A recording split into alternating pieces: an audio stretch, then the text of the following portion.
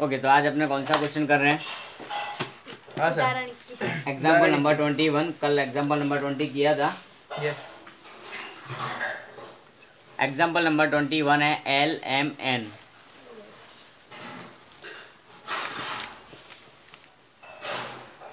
उदाहरण 21। नाम है 3 पार्टनर्स का LMN। तो लिखा हुआ है, हम रीड कर लेते हैं। LMN एक पेड़ी के साझेदार हैं। वे लाभानी क्रम से 40, 30 और 30% लिखा है, यानी कि 4, 3, 3 के अनुपात में लाभानी बांटने वाले साझेदार हैं, जिनका टोटल होता है अनुपातों का 10। उसके बाद में हमको यहाँ पक्की तलपट दी हुई है। पक्की तलपट के बाद में कुछ समायोजन दिए हैं, जिनको हम टिक मार्क करेंगे। M का भाग L और N 3:2 के प्रमाण में बांटेंगे। देनदारों में से 8000 का डूबत ऋण और डूबत अनामत दोनों की बात की है, तो हम इसको टिक मार्क कर लेते हैं। उसके बाद हमको दिया हुआ है विनियोग की बाजार कीमत, तो विनियोग को टिक मार्क करेंगे। मकान को टिक मार्क करेंगे। नेक्स्ट चौथा लिखा हुआ है मकान। उसके बाद लिखा फर्नीचर भी टिक मार्क करना है, तो फर्नीचर को भी हमने टिक मार्क कर दिया है। देनदार, विनियोग, मकान और फर्नीचर, इन पर समायोजन है। उसके बाद में लास्ट में देखो एक एलिमेंट, उस 6 नंबर का पॉइंट है, उसमें लिखा है पूंजी लाभ हानि के प्रमाण में रखनी है, तो ये बाद में देखेंगे। ख्याति का मूल्यांकन, ये भी हम होल्ड पर रखते हैं अभी। और 8वां नंबर है वो लेनदारों को चुकाना एन ने कबूल किया है, तो लेनदार को भी हम टिक मार्क करेंगे यहाँ पर 8वां। ठीक है, ये 8वां नंबर का संयोजन असर करता है इसके लिए। अब इनमें से निवृत्त कौन हो रहा है पहले वो भी देख लेते हैं। तो M, यहाँ जो M है वो पार्टनर हमारा क्या होगा, निवृत्त होगा। अब आगे की प्रोसीजर में हम क्या करते हैं, सबसे पहला काम है हमारा टिक मार्क करने के बाद पक्की तलपट में जो बाकियाँ दी है उनको अलग अलग खातों के अंदर ट्रांसफ़र करना, तो हम वो काम अभी यहाँ पर करेंगे। तो सबसे पहले है रोकड़, तो रोकड़ को तो हम यहाँ पर लिख देते हैं खाली रोकड़। उसके बाद में इसकी सारी प्रोसीजर है वो इसके खाते में होगी। यहाँ पे लिखेंगे हम शेष आगे लाए।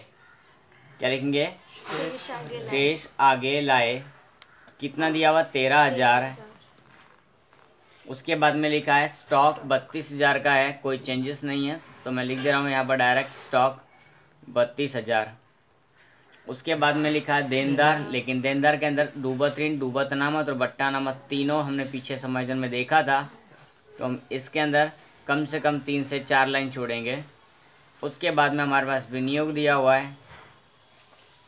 विनियोग 60,000 की कीमत दी हुई है और समायोजन भी है साथ में, तो 1 लाइन जोड़ेंगे। मकान दिया है 2,20,000, उसमें भी हम 1 लाइन लीव करेंगे। उसके बाद हमको दिया हुआ है फर्नीचर, तो फर्नीचर हमारा दिया 30,000 का, 1 लाइन छोड़ेंगे। उसके बाद दिया विज्ञापन अभियान खर्च यहाँ पर हमको, तो विज्ञापन अभियान खर्च हमारा क्या है, पेड़ी की एकत्रित हानि हम मान सकते हैं इसको। ये अदृश्य अवास्तविक संपत्ति है। ऐसे तो क्या है, ये अवास्तविक संपत्ति। और अवास्तविक संपत्ति अगर हमारी कभी आती है तो उस संपत्ति को हम कहाँ लिखते हैं, यहाँ पर लिख देते हैं। तो यहाँ लिखेंगे हम पूंजी खाते के उधार साइड में विज्ञापन अभियान खर्च। क्या लिखेंगे, विज्ञापन अभियान खर्च। कितना रकम दिया हुआ था यहाँ पर 20,000 था, उसको हम यहाँ बांटेंगे, तो हमारे पास आएगा 8,000, 6,000, 6,000।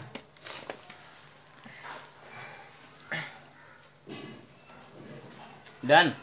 अब उसके बाद में हमको दिया हुआ है, इस साइड की बात करें पूंजी दायित्व की, क्योंकि संपत्ति लेना की सारी आइटम्स पूरी हो चुकी हैं। पूंजी दायित्व में लिखा हुआ है पहले लेनदार। लेनदार हम लिखेंगे कहाँ, पूंजी दायित्व पक्ष में ही लेनदार, लेकिन समायोजन है, तो थोड़ा हम यहाँ पर टिक मार्क करके अंदर के खाने में लिखेंगे।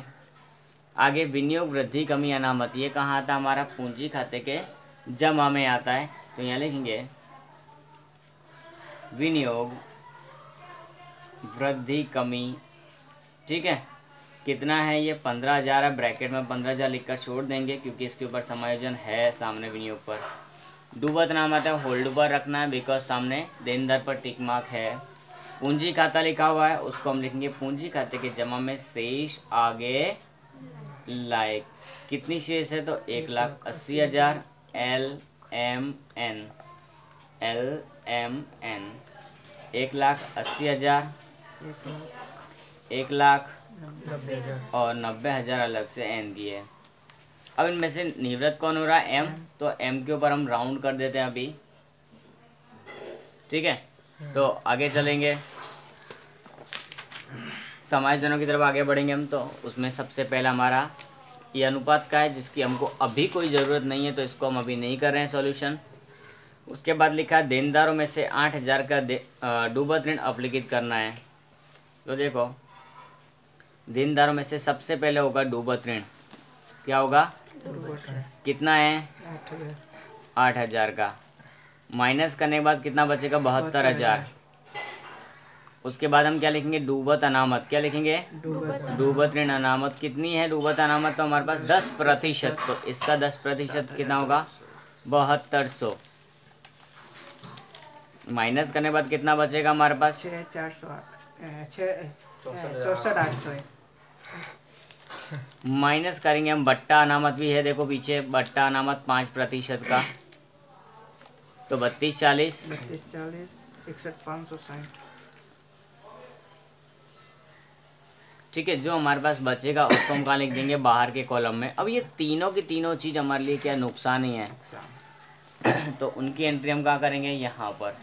यहाँ पर एंट्री करते समय हमें एक बार पीछे की साइड हमको एक डूबत अनामत और दिया था, उसकी रकम और चेक कर लेते हैं खाली। वहाँ रकम दी हुई है 10,000, ठीक है। तो यहाँ पर हम मिक्स करेंगे इनको डूबत ऋणों को दोनों को। तो डूबत ऋण पहले की कितनी दी हुई है 8,000 आई है। उसके बाद में डूबत अनामत 7200, ठीक है। माइनस हम क्या करेंगे डूबत अनामत पुरानी हमारी कितनी थी 10,000, ठीक है। कितना आएगा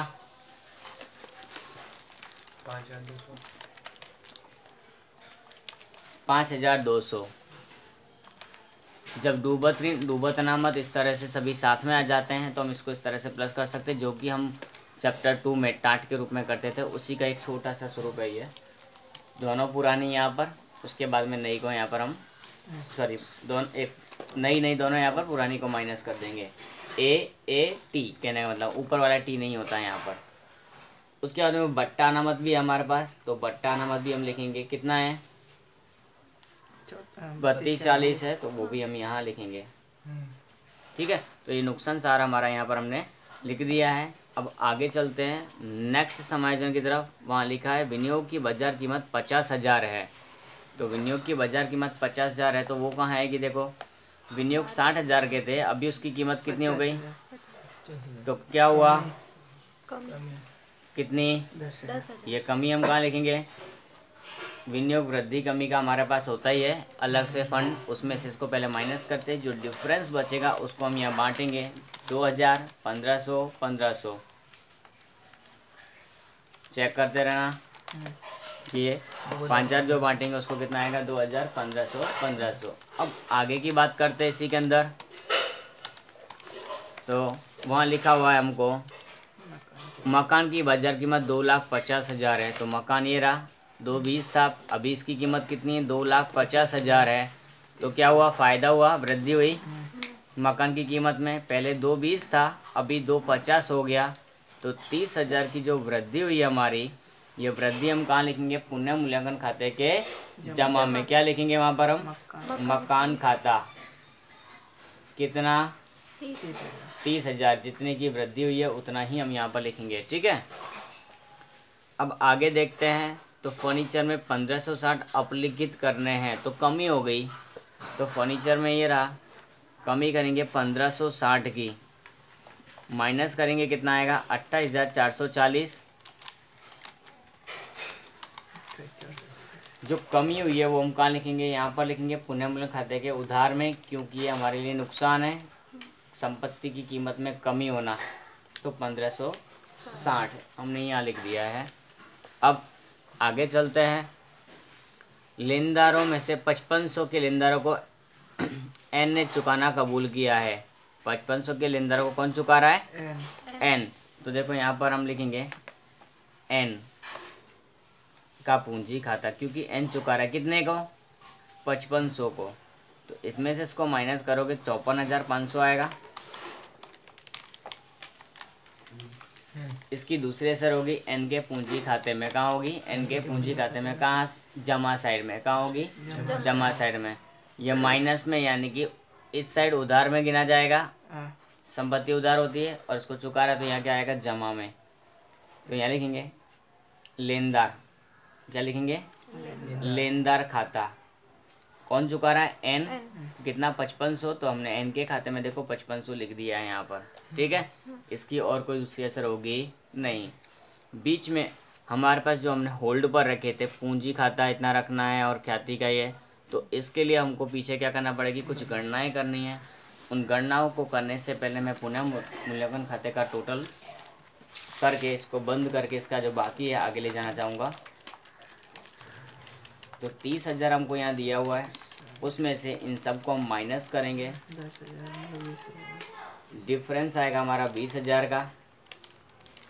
उस 20,000 को हम बोलेंगे वितरण पात्र लाभ। क्या बोलेंगे? वितरण पात्र लाभ। किसने अनुपात में बटेगा? ये 4:3:3 में बटेगा। किस किस के बीच बटेगा? पुराने सभी साझेदारों के बीच, एल एम एन में। तो उसकी रकम आएगी 8,000, 6,000, 6,000। ठीक है, अब ये जो हमारे पास रकम आई है, इसको हम कहाँ लिखेंगे? यहाँ है। तो इसकी दूसरी असर कहाँ होगी? यहाँ पर। क्या लिखेंगे? पुनः मूल्यांकन खाता या तो वितरण पात्र लाभ। तुम लोगों को जो भी लिखना है वो लिख सकते हो। यहाँ ब्रैकेट में मैं लिख भी देता हूँ, वितरण पात्र लाभ है ये। कितनी रकम है? 8,000, 6,000 और 6,000। अब मैं क्या करूँगा? इसके बाद में गणना करनी जो बाकी है, उस गणना को करूँगा। तो गणना करने के लिए हमने ये पेज छोड़ा हुआ है, तो यहाँ लिखेंगे उदाहरण 21 उसकी गणना। ठीक है, तो गणना करने के लिए पहले तो तीनों पार्टनर के नाम में लिख रहा हूँ, एल एम एन। उसके बाद में क्या लिखेंगे हम यहाँ पर? कुल। ठीक है, पहले इनका पुराना अनुपात कितना है वो लिख देते हैं, 4, 3, 3। टोटल कितना होता है? 10। अब ठीक है, यहाँ लिखा हुआ है कि एम का जो लाभ है, निवृत्त कौन हो रहा है इसमें से? एम। तो जो एम का जो लाभ है, इसको कौन है? एल और एन 3:2 के प्रमाण में बांट लेंगे। तो देखो लाभ का अनुपात हमको दिया है, लाभ का अनुपात कितना? 3:2, लेकिन लाभ नहीं दिया और ना ही हमको नया अनुपात दिया। तो पहले हम इनका लाभ निकालेंगे।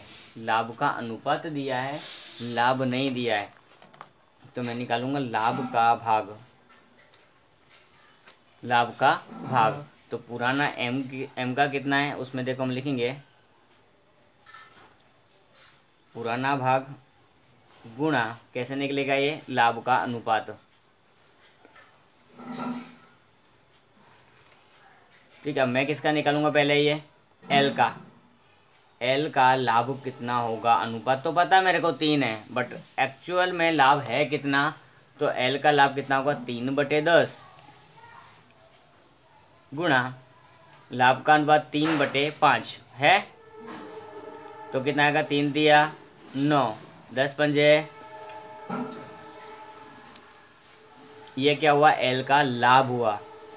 ऐसे ही मैं किसका निकालूंगा? एन का लाभ। 3/10 तो रहेगा ही रहेगा। इसका अनुपात कितना है? 2/5 भाग, तो कितना आ जाएगा? 6/50। तो ये लाभ मिल गया। जब मेरे पास लाभ है और पुराना अनुपात है, तो मैं नया अनुपात भी निकाल सकता हूँ। मैं ये सब किसके लिए कर रहा हूँ? नए अनुपात के लिए। तो नया भाग निकलेगा, तो नया भाग के लिए पुराना प्लस लाभ। पुराना भाग हमारा जो भी होगा वो प्लस लाभ का भाग, बरोबर। ये लाभ का भाग है। अनुपात तो था हमारे पास, बट अनुपात हमारा ये इनफ नहीं होता, भाग निकालना ज़रूरी होता है इसके बेस पर। तो मैं लिखूँगा एल का नया भाग। तुम जितने भी एडवांस इसमें चलोगे, सवाल आगे बढ़ोगे, वहाँ कुछ ना कुछ नया मिलेगा। ये आज के लिए हमारे लिए नया है। सवाल में कुछ नया नहीं था, आज यहाँ पर हमको ये है कि पुराना कितना है, अब 4/10 है, प्लस लाभ का भाग कितना है एल का, 9/50। दोनों का एलसीएम निकालें। अगर इजीली मेथड में करना है तो हम डायरेक्टली गुना कर सकते हैं, तो वही ज़्यादा बेटर रहेगा। 50 × 10 कितना होगा, 50 × 4 कितना होगा, 10 × 9 कितना होगा, तो 290/500, जिसमें से एक जीरो कट हो जाएगी, तो 29/50 हमारे पास आया। ठीक है। अब हम बात करते हैं ऐसे एन का नया भाग। तो पुराना कितना है एन का, 3/10 प्लस 6/50, सेम इसके जैसे हम करेंगे। 10 × 50 कितना होगा, 500 × 3 150, 10 × 6 चौकड़ी गुणाकार किया हमने, यहाँ कितना आया, 210, 500, 0 से 0 कट, 21/50। तो देखो हमको नया भाग का अनुपात है जो मिल गया है, हमको नया अनुपात जो चाहिए था वो मिल गया है, कितना, 29 और यहाँ 21, नीचे तो सेम है 50-50। तो अनुपात जब निकलता है तो ऊपर का अंश होता है उसी को हम अनुपात के रूप में ले लेते हैं। ये हमको क्या मिला, नया अनुपात। क्या मिला, नया अनुपात। अब चाहिए क्या, ख्याति का कैलकुलेशन करना बाकी है अभी भी। तो पहले तो मैं पेड़ी की कुल ख्याति कितनी है उस पर देखना चाहूँगा। तो पीछे समायोजन में हमको दिया हुआ है 7वें नंबर का समायोजन, 50,000 ख्याति का मूल्यांकन 50,000 7वें नंबर पर। उसके बाद हमको निकालने किसकी है, जो साझेदार चला गया उसकी ख्याति। तो मैं लिखूंगा एम की ख्याति कितनी है, 50,000 गुणा एम का भाग कितना है, 3/10, तो आएगा कितना, 15,000। 15,000। जो 15,000 आया इसको कौन लेगा, दो पार्टनर लेंगे, एल और एन, क्योंकि एम तो चला गया पर उसके बाकी ख्याति तो लेंगे ना। एल और एन किस अनुपात में लेंगे, तो लाभ के अनुपात में। तो लाभ का अनुपात लिया हुआ 3:2, 9,000 6,000 लगभग हमारे पास आएगा। 9,000 6,000। जो साझेदार जा रहा है, निवृत्त हो रहा है, उसका पूंजी खाता जमा, और जो साझेदार बाकी रहे हैं, एक्सिस्टिंग साझेदार है, चालू साझेदार हैं, उनके पूंजी खाते उधार करेंगे। ठीक है। तो ये लिखेंगे इस ख्याति की एंट्री पहले, एम के पूंजी खाते में जमा 9,000 6,000। ठीक है। यहाँ पर हमने क्या किया, जमा, तो ये कहाँ होगा इन दोनों में, उधार, 9,000 6,000। ठीक है। लिखेंगे क्या हम यहाँ, एल का पूंजी खाता और एन का पूंजी खाता, क्योंकि एम के खाते में हम लिख रहे हैं तो एम का नाम नहीं आएगा। इस साइड हम क्या लिखेंगे, एम का पूंजी खाता। क्या लिखेंगे, इनको जो ख्याति मिली है वो किसकी वजह से मिली है, एम के भाग की मिली, इसके लिए तो एम का पूंजी खाता। ठीक है। हमने ये ख्याति की एंट्री तो दे दी, लेकिन अभी भी एम का पहले हम जा रहा है इसलिए टोटल कर देते हैं। उसके बाद के लिए हमें एक समायोजन पढ़ना बाकी रहेगा। 1,22,500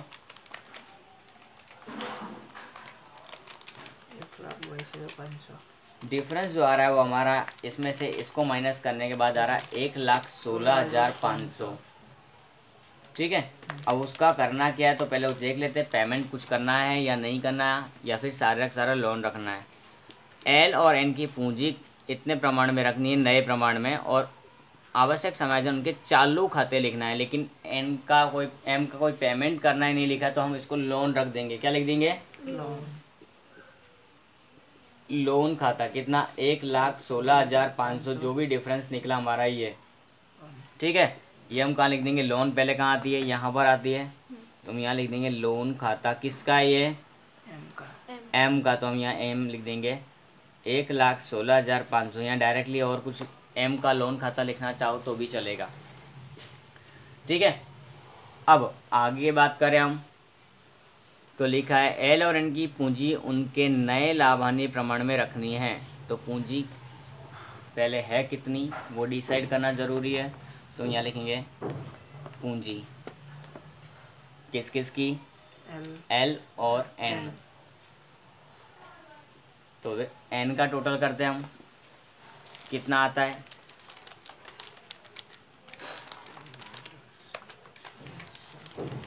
1,03,000। हम उसको साइड में टोटल करके छोड़ देंगे, ठीक है। डिफरेंस निकालो, 1,03,000 में से 12,000 गए तो कितना बचेगा?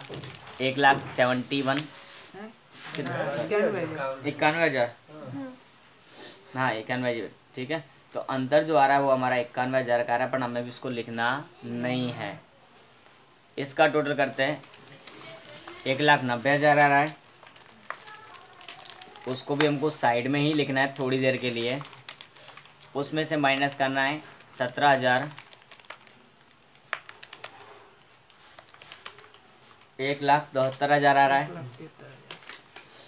उसको भी हम साइड में रख रहे हैं। अब ये जितना भी साइड में हमारे पास हमने निकाला है वो हमारी क्या हुई? पूंजी हुई। 1,73,000 और 91,000, इन दोनों का टोटल जब करोगे तो उनकी कुल पूंजी पता चल गई कि पूंजी कुल इतनी रहने वाली है, 2,64,000। इस 2,64,000 को ये दोनों किस अनुपात में बांटेंगे? यहाँ पर नए अनुपात में। उन लोगों ने बोला है कि ये पूंजी जितनी भी आती है वही रहेगी, लेकिन अनुपात बदलेगा। तो अनुपात कितना रहेगा इसका? नया अनुपात हमने अभी पीछे निकाला 29:21। नया अनुपात 29:21 निकाला है, उस अनुपात में इसको बांटना है।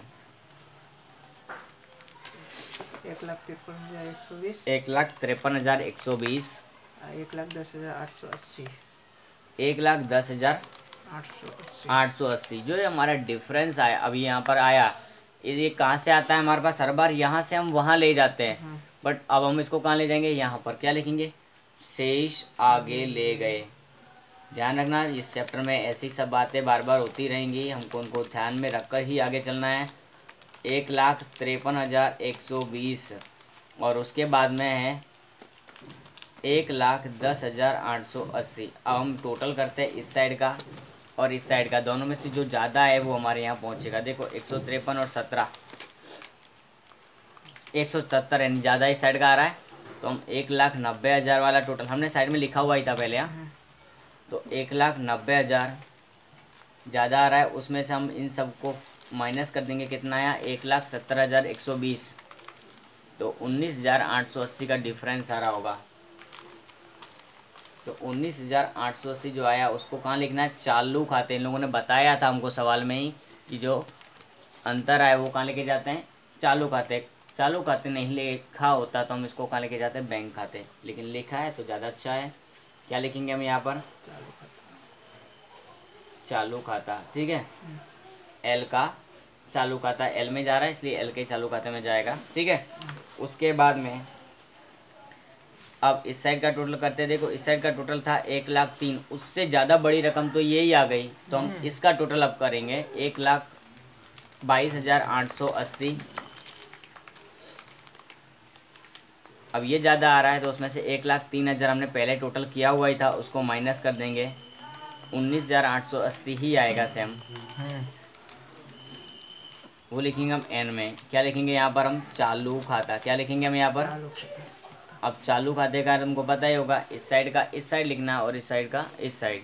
तो यहाँ लिखेंगे हम चालू खाता। किसका है ये? पहला वाला एल का 19,880।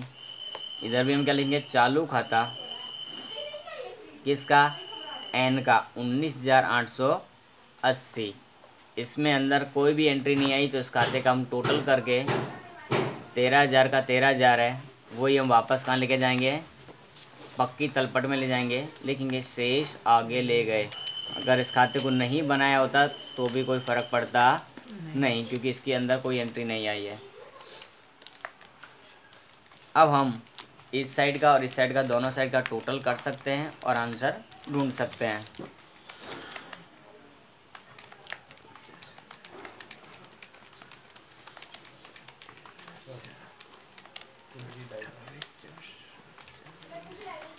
चार 4,54,880 हमारा इस साइड का टोटल हमने कर लिया है।